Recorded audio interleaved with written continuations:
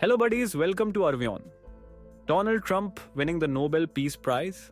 Sounds unbelievable, right? But believe it or not, his name is now being taken seriously.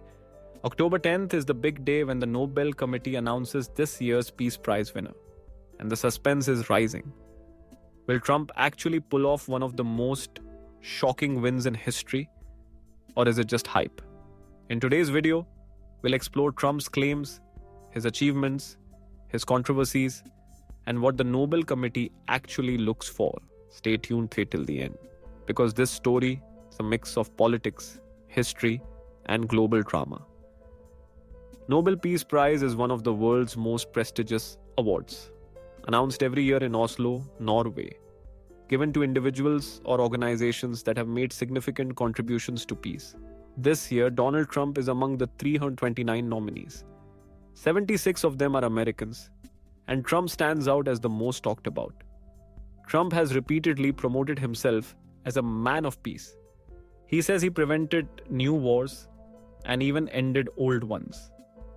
The Abraham Accords, agreements between Israel, UAE, and Bahrain, happened under Trump. Supporters say this was a huge step towards peace in the Middle East. Trump also points to the fact that during his presidency, America didn't start a new major war. He has even joked at rallies, saying, "Obama got one for doing nothing. I actually stopped wars. I deserve it more than anyone." Supporters in the US and abroad echo that sentiment. Critics argue Trump exaggerates his achievements. For example, he claimed credit for peace in Korea. In reality, talks with North Korea collapsed, and Pyongyang continued missile tests. He said he brought peace to Afghanistan, but the US withdrawal deal he signed left chaos, and the Taliban returned to power after he left office. He claimed he defeated ISIS, while in truth ISIS had already been weakened before his presidency, and US military campaigns were decades-long efforts.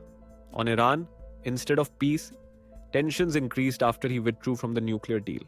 Critics say this escalated conflict in the Middle East. European allies openly criticized Trump for being unpredictable and confrontational. So the big question is, if you claim peace but leave behind conflicts, does that count?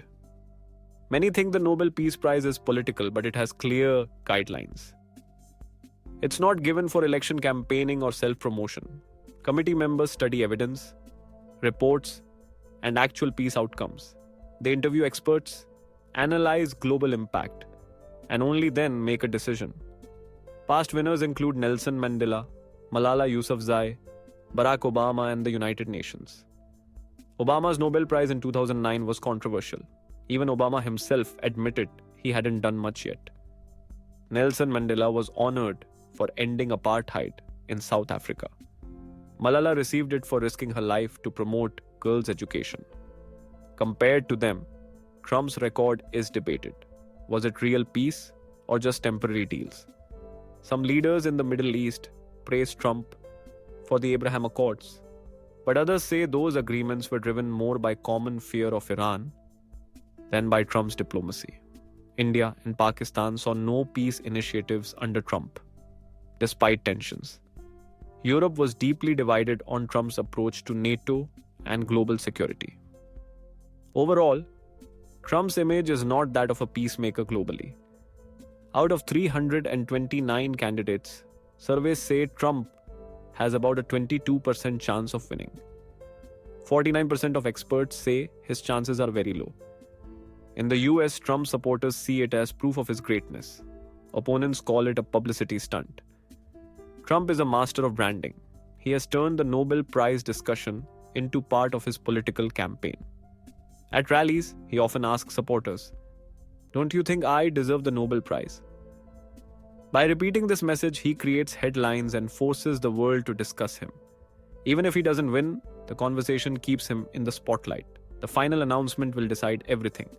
If Trump wins, it will be one of the most surprising Nobel announcements in history. If he loses, critics will say his self-promotion failed, and supporters will call it bias against him. So what do you think? Does Trump really deserve the Nobel Peace Prize for his efforts? Or is this just another bold claim? Drop your thoughts in the comments. I'll be reading every one of them. And if you enjoyed this deep dive into global politics, don't forget to like this video, share it with your friends, and subscribe to the channel Arvion for more powerful updates. The world will know the answer on October 10th. But until then, the debate continues.